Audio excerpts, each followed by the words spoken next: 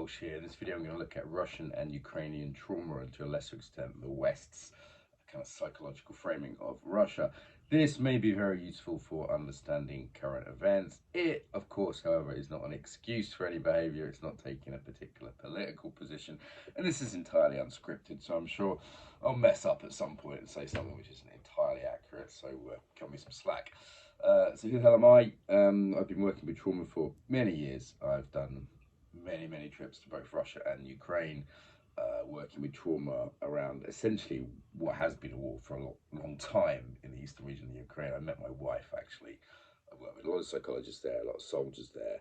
I've also worked in Russia with groups, really diverse groups, from gay community to yoga teachers to coaches to business people and oligarchs, and the whole spectrum of Russia, really, over the years. So yeah, that's where I'm coming from. All right, so what are we seeing playing out? Trauma causes violence, violence causes trauma. This is the sort of cycle we can see play out. What are some of the symptoms of trauma you'll see in both Russia and Ukraine? Well, let's take numbing. So this is the classic Russian smile. You will see that numbing of emotional response and expressiveness. Doesn't mean that Russians and Ukrainians don't feel. They can feel very deeply. I mean, wonderful friends, in fact, as well, I should say. I married a Ukrainian for good reason. However, that lack of emotional expression, and there can be a reduction in empathy with that numbing that comes as a result of trauma. If you're wondering why Russians and Ukrainians are traumatized, read some history. So the Soviet era, of course, had huge repressions, especially directed within Russia at certain groups of people, but also at the Ukraine. So if you look at the Holodomor, this was a famine that was essentially a genocide perpetrated on the Ukrainians. So there's a trauma history from, even though we might say Soviet, that's often thought of as Russia or Moscow, to Ukraine, and Ukrainians were often second-class citizens in that country, a sense of being sort of something like peasants or something like that. The sort of big brother, little brother, cousin, very similar in many ways, though people like to deny it now. You know, it's hard. I can just about do it. It's hard to tell a Russian and Ukrainian apart through sight, for example. Many of the cultural norms are very similar, not identical, but very similar. But huge trauma history, and then we go back to World War II, which the Soviets didn't even call World War II. They call it the Great Patriotic War. You might not know this, but 20 million Soviets, Ukrainian and Russian, were killed in that war. That's compared to, I think it's 3 million or 5 million Germans, 500,000 Brits, 500,000 Americans. So huge number of people.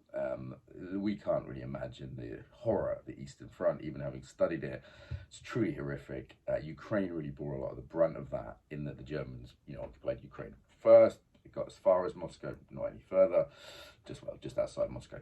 But the Ukrainians were occupied for a long period of time. Massive amount of rape, massive amount of murder. People know, of course, about the Jews. About 1 million Ukrainian Jews were killed before the gas chambers. They were shot. Yeah, the Holocaust by bullets, it was called. But also Slavic peoples were regarded as subhuman by the Germans, and many Slavic people were killed, civilians as well as military, by the Nazis. So, as well as previous to that, there's a history of Russia being invaded. So Genghis Khan, Napoleon, and then Hitler. So this idea of the foreigner being dangerous is there. And if we see the Russian fear of encroachment of NATO, from their point of view, the sort of policy has always been have a lot of snow between the enemy and you, being Moscow. They feel scared and encroached upon. Yeah, there's also a pride issue. So Russia, like Britain, is something of a fallen empire. It's lost its true kind of global clout that it had as the leaders of the Soviet Union. As a result, there's a certain ego, there's a certain hit pride, and that pride is a big part of Russian culture. Being the Russian, being proud, it means something to people there in a way that sort of the cynical postmodern West might not quite appreciate. Also, nationalism has really been stoked by Putin over the last 10, 20 years. I've seen it grow, actually in both countries. You know, you imagine Ukraine is sort of relatively newly independent, having this essentially abusive history that goes back hundreds of years, fighting for their democracy. I was at the Maidan protests and the revolution that took place. I was right there at the time. Having sort of hard won its democracy and having this invasion again feels like a violation, right? So it's interesting talking to my wife about this, seeing how upset she is.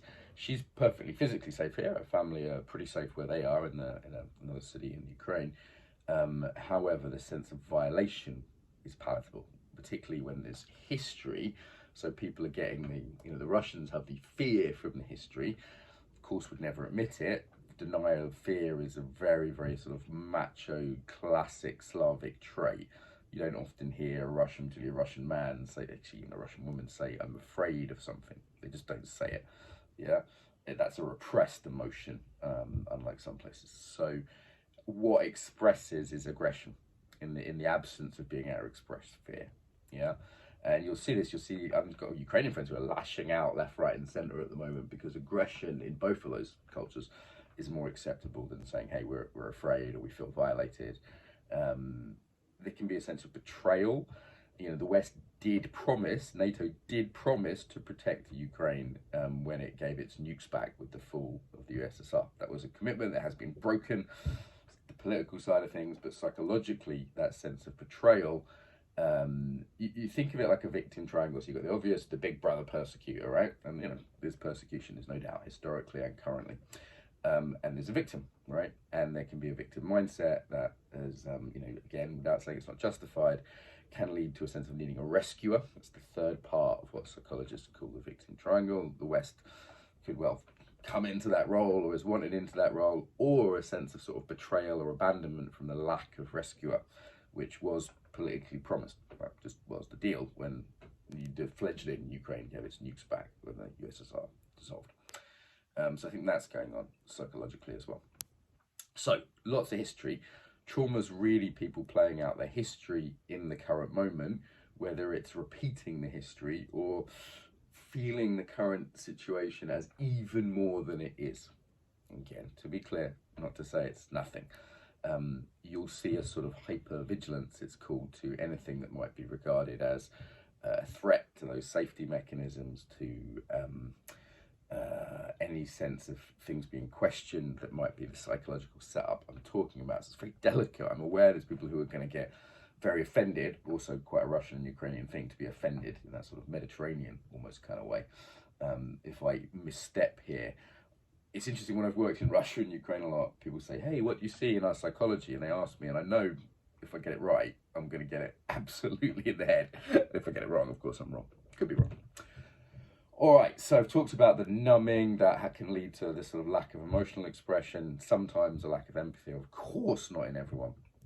The other one, the hyperarousal leading to an aggressive response, particularly towards strangers. And the other thing you'll see is this strong in-grouping and out-grouping. So you see this in other places, Jews, non-Jews, Japanese, non-Japanese, football clubs, you'll see it in a lot of places. But it is particularly strong, the sense of, are you with us or not? Are you one of us or not? The foreigner as being dangerous, yeah, and us, not us. It's very different when you have Russian or Ukrainian friends and family, and you're on the inside as opposed to you're on the outside. So that's part of what we see going on as well. Okay, so not saying it solves everything, but certainly having some understanding of trauma, the hypervigilance, the numbing, the hyperarousals, the repetition of history, the over-defense of things that have been historically triggered. This is the true meaning of the word triggered, for all those of you who say they're getting triggered by small things. No, something which reminds people strongly of whether it's World War II or the Holodomor, or these things that live in people's bodies today. Of course, the tragedy is Russians and Ukrainians in many ways are very similar, would see themselves as cousins or brothers or something along those lines, but these trauma patterns are playing out, and trauma, as I said, can lead to violence in the sense of you're numb to the violence you're doing. No excuse for it, but that can be part of it. Yeah, for me, trauma work is necessary for peace work. Trauma work is necessary for understanding. If I look at, say, the West's political response, It doesn't really understand Russian trauma. I've done other videos in the past, more professionally and carefully made than this one, on Russian trauma. And I think people would respond very differently politically, act very differently if they really understood that psychology. Last piece here is maybe the West's view of Russia. So this might not be apparent to some of my Russian friends watching this. My generation, we grew up with the Russians as the bad guys. If you look at, say, Rocky movies, or many movies, it's pretty much for a period every bad guy in a movie was Russian. Obviously during the time, I grew up near American air bases, for example, in England, and was told, yeah, the Russians could nuke you at any point. People that lived through that, the Russians, particularly when we see with this numbing, the Russian voice, it can seem kind of scary, right? To the point, actually, I've stopped fights in England by stopping my emotional expression, speaking Russian to people that speak some Russian, and they just immediately back down because it's fear-inducing to people. Because of that conditioning. So seeing the Russians as bad, and how's that being politically used right now? Another person might want to say, but seeing the Russians as bad and scary, big bad Ivan, is deeply embedded in people, and that hasn't gone away since communism fell. That's still there in people's bones in the West, to see the Russians as bad guys. Again, you can say that's true or non-true, it doesn't matter. I'm just talking about the psychological side of it. And that lack of emotional expression that you sometimes see, which, made sense under communism. You had to be careful not to give things away, and makes sense from a trauma. It's called armoring, the tension bands. You see that all across Eastern Europe. Actually, the Polish have it too, to some degree. Will be perceived as being aggressive, particularly with this in-group, out-group focus. My wife is regularly perceived as aggressive in England, even though she's a sweetheart. I remember I was in my yoga class with her the other day, and just everyone else was smiling, she just wasn't, right? And that could be perceived as unfriendly. So the perception of being more aggressive is often there. And this, as I said, psychological sense of being indoctrinated to think of the Russians as the scary bad guys who live in the snow and fight bears from childhood or whatever. All right, so I hope I have been fair to all here. Obviously, this is unscripted, fairly rushed, and just some very basics. Understanding trauma is really important because it causes reactivity, defensiveness, overreaction.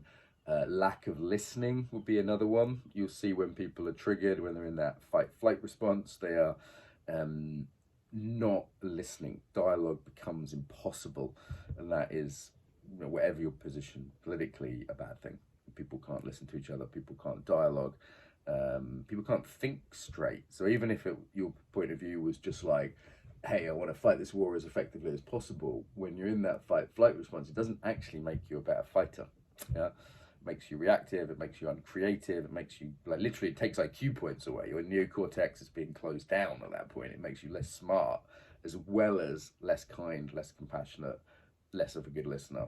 Those kind of things that might be helpful if one did want to reconnect and make some kind of reconciliatory process. Yeah, one way of thinking of this fight-flight response is it's antagonistic to social connection. So when you're in that fight-flight response, and people can be there where they're threatened, triggered, thinking they're threatened when they're not, or having both of those things literally happening, so literal threat plus the psychological threat on top of that. I remember I was in Israel once, and there was Hamas rockets falling, and literal threat was very low because of the Iron Dome protection of the Israelis.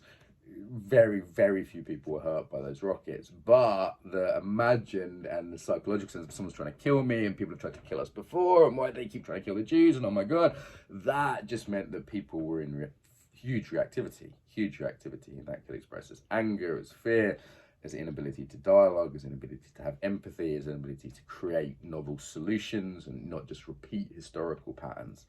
Yeah, so and not taking away from real threat to say that historical trauma threat is then added to that in terms of perception. Hope that makes sense. So fight or flight, toxic for our intelligence, creativity, empathy. That is sort of what the whole world's been in lately.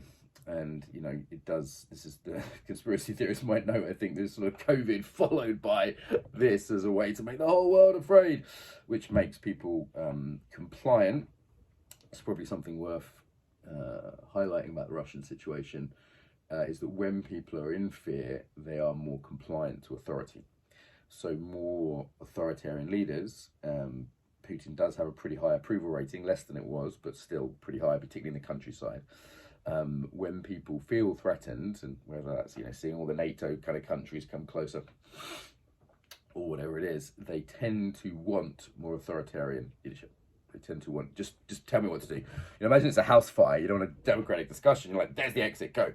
So that appeal of authoritarian leadership, authoritarian regimes actually increases during war, during perceived threat, and that might be going on a bit in the West as well. Okay, keep the population a little bit scared, a little bit anxious, a little bit conformist and doing what they're told.